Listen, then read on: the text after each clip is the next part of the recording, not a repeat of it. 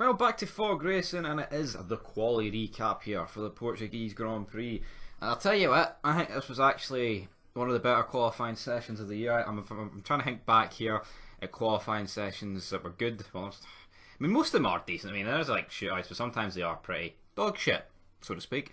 But yeah, obviously we had Austria in the rain. Russia was pretty good with all the drama and the red flags and stuff like that. Also, when you go to like new tracks like Mugello, it's always going to be interesting like that. But I felt this one was pretty decent. But without further ado, man, let's get stuck into the classification. So it was Lewis Hamilton who picked up his 97th pole position. But before we get stuck in the Q3, we'll get stuck straight in to Q1. Q1 looked pretty close relatively at the top between the three guys you would expect to be battling for it, and then behind it it's kind of your usual suspects, the likes of Leclerc, Perez, the McLarens.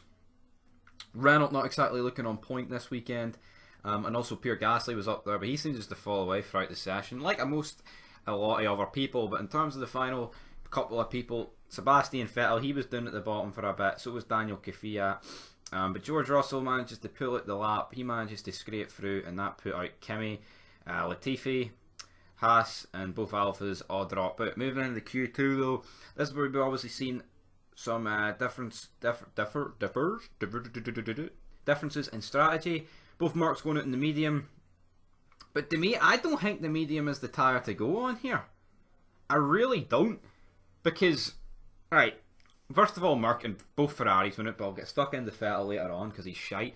But the hard that we're talking about, it's almost undrivable. They can't get it up to temperature, right? So therefore, in the race, that's kind of going to be at the windy, because I think it's going to be a lot colder tomorrow, and I mean that just means they're not going to get up the temperature more, right? And then you've also got to factor in, well, if you can't use the hard, you're going to have to use the soft, and I think using the soft at the first bit of the race is going to be crucial, because that means you're going to be able to get the job done off the line. And also, apparently the even side of the grid is very green, obviously because this track doesn't get used. That would be like Austin 2012, if you remember, where there was a massive difference in that. So I actually think Max getting pipped was good, and obviously pole will be great, but you've got to factor in both Mercs starting on mediums. I think Max will be looking very toasty into turn 1, guys. But in terms of Q2, never really looked like Russell was going to get. Leclerc, great lap to get through on the mediums, and then Vettel, I really questioned this. Obviously, yes, you would rather be through onto the mediums, I totally get that, but I don't even think Vettel would have got through on the soft. So for Ferrari to risk it on the mediums with Vettel, to me, it was stupid, honestly.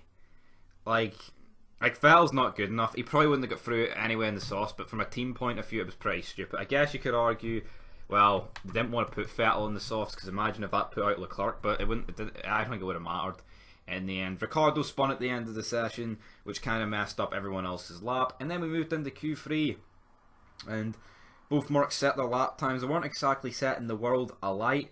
Albon was going around the mediums looking pretty decent. I'm thinking here, hold on, could Albon actually be capable of doing something this weekend?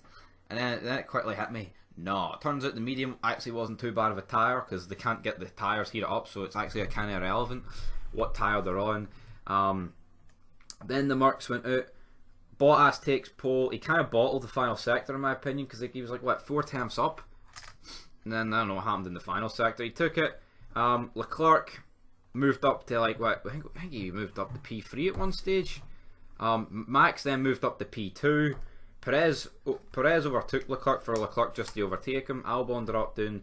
Both McLarens were kind of in behind them. Ricciardo didn't settle up. Gasly was kind of nowhere near anyone else, 3 tenths off. And then Hamilton slipped up with the goods and managed to get his 97th pole position. But it was a really exciting towards the end session. But to be honest, like I said earlier, I think honestly for Leclerc, you'd rather start P5 than 4th, because I think the even side of the grid is going to be annihilated coming in the going into the race tomorrow. But only time will tell. Maybe I'm just overhyping that, but that's what a lot of the talk has been about. So anyway, guys, that'll do it for the Portuguese Grand Prix quali recap. Very decent qualifying session, guys. The race looks like it's going to be intriguing tomorrow. We had chance of rain, but it looks like it's going to rain after the race.